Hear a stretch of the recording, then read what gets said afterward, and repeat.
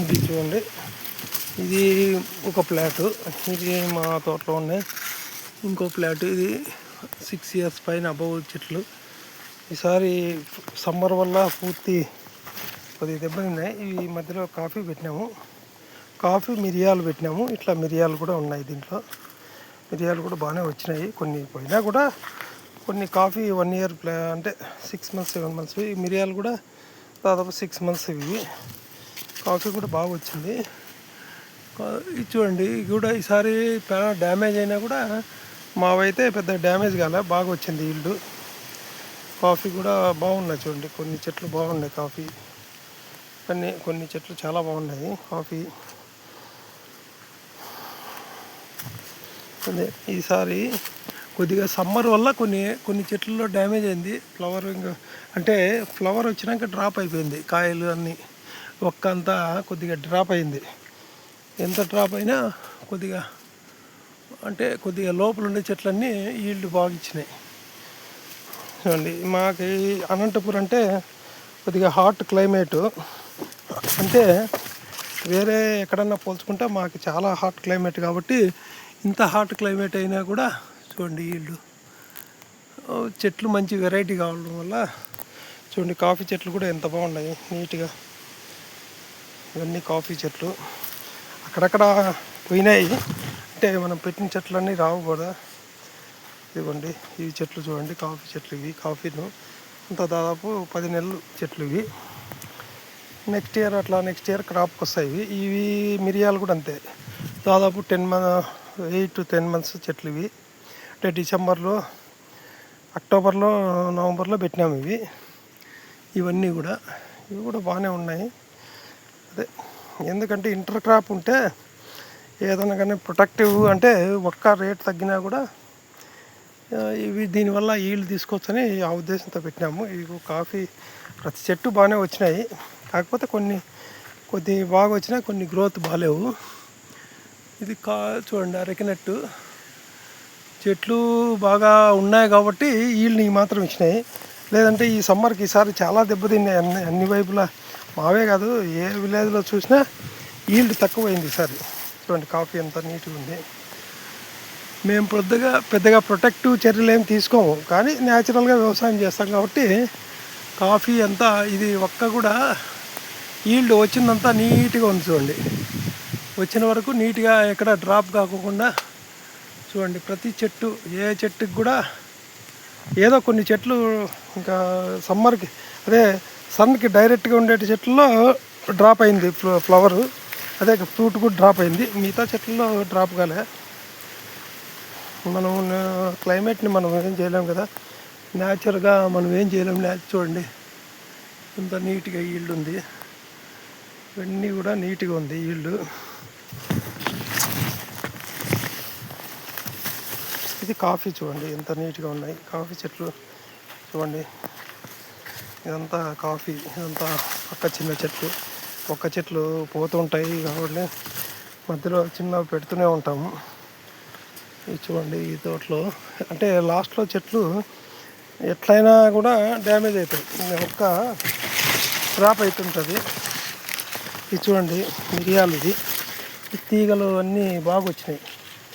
అంటే ఇది మిరియాలు ఈసారి అన్నీ దీన్ని ఒకసారి అల్లిస్తే దీనికి అవే చెట్లకు అల్లుకుంటాయి. చూడండి ఇది కూడా బాగా ఎంత ఈల్డ్ ఉంది. ఇది మేమంతా చూడండి దీంట్లో మిరియాలు, కాఫీ, అరటి ఉంది. దీంట్లో అన్ని రకాల పంటలు ఉన్నాయి, 4 రకాల పంటలు ఉన్నాయి కాబట్టి న్యాచురల్గా అరటి కూడా ఇట్లా ఈ విధంగా కొట్టేస్తూ ఇక్కడే వేస్తుంటాం. దీన్ని అంతా బయటికి తీసేయం మేము. అరటి న్యాచురల్గా ఇక్కడే పెడుతుంటాం అంతా. అంటే అరటి ఇక్కడే వేస్తుంటాం అంతా. అంటే దీన్ని ఎప్పుడు ఇక్కడే కుళ్ళిపోయే విధంగా చేస్తాము. ఎప్పుడో ఒకసారి 1 year లోపల ఎప్పుడో ఒకసారి కుళ్ళిపోతుంది. ఇదే ఎరువు, ఇంకేం స్పెషల్గా ఎరువు ఏమేమి. చూడండి కాఫీ, ఇది అరేబికా చంద్రికా వెరైటీ ఎంత నీట్గా ఉంది. బాగా వచ్చినాయి కాఫీ కూడా. ఎక్కడన్నా పోయిండేటు ఈసారి రీప్లేస్ చేస్తాము. కాఫీ కూడా ఈసారి ఎక్కడన్నా పోయిండేటు అని ఈసారి తెప్పించి రీప్లేస్ చేస్తామని నేను. అంటే నెక్స్ట్ ఇయర్కి ఫుల్ ఫ్లెడ్జ్డ్గా కాఫీ ఉంటుంది దీంట్లో. కాఫీ ఒక్క మిరియం ఫుల్ ఉండేటట్లు చేస్తాం. ప్రతి చెట్టుకి ఒక మిరియం తీగ అల్లిచ్చే విధంగా చూడాలని చూస్తున్నాము. మిరియం మనకి క్లైమేట్కి కొద్దిగా అంటే ప్లాంట్స్ మంచివి ఇస్తే, వేరు బాగుండేటివి ఇస్తే ప్లాంట్స్ బాగా వస్తాయి. వాళ్ళు నర్సరీలో కొద్దిగా మనకి సరిగ్గా ఇవ్వడం లేదు. అంటే వేరు సరిగ్గా లేకనే సప్లై చేస్తున్నది మిరియం చెట్లు. కావున అవి ఇక్కడికి వచ్చినాక సర్వైవ్ కావడం లేదు. వేరు పూర్తిగా వచ్చినవన్నీ ఇట్లా ఈ విధంగా సర్వైవ్ అవుతున్నాయి. కొన్ని వేరు లేక అవన్నీ వెళ్ళిపోయినాయి.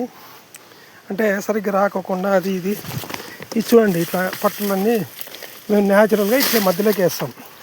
అంటే ఇదంతా చూడండి, ఇదంతా ఎరువు కింద కన్వర్ట్ అయిపోతుంది. 1 ఇయర్ లోపల కన్వర్ట్ అవుతుంది. ఇది చూడండి, ఇవన్నీ కాఫీ, ఇవన్నీ చూడండి. ఇది చూడండి ఎంత ఈల్డ్ ఉంది ఈ చెట్టు తగ్గట్టుగా. ఇది 6 ఇయర్స్ అబవ్ చెట్లు ఇవి. చూడండి ఈ చెట్లు చూడండి ఎంత ఈల్డ్ ఉంది. ఈ విధంగా న్యాచురల్గా చేస్తేనే ఫార్మింగ్ మనకి గిట్టుబాటు అవుతుంది. ఎరువులు వేసినామంటే ఎక్కువ మనకి గిట్టుబాటు కాదు.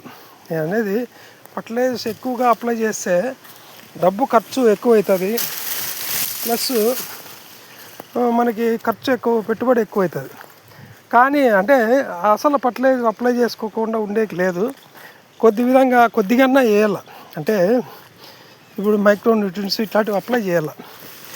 చేస్తూ కూడా కొన్ని ఫర్టిలైజర్ తగ్గియాలి కొద్దిగా. అంటే ఎక్కువ ఫర్టిలైజర్ మీద ఆధారపడకూడదు. చూడండి ఇక్కడ ఇది మునగ ఇదంతా కొట్టేస్తుంటాం. ఇదంతా కొట్టేస్తే దీనికి ఫర్టిలైజర్ ఇదంతా. మునగలో ఎక్కువ నైట్రోజన్ ఉంటుంది, అరటిలో ఎక్కువ పొటాష్ ఉంటుంది. ఇవన్నీ కొట్టేసి ఇక్కడే వేయడం వల్ల ఇదే ఫర్టిలైజర్ దీనికి. మేమేం స్పెషల్గా వేయాల్సిన అవసరం లేదు. చూడండి అంతా న్యాచురల్. దీంట్లో సేద్యం చేయము, ఏం చేయము. చూడండి మిరియాలు కూడా ఎట్లా వచ్చినాయి చూడండి. ఈ చెట్లు మిరియాల చెట్లు అంత ఆరోగ్యంగా పెరిగినాయి.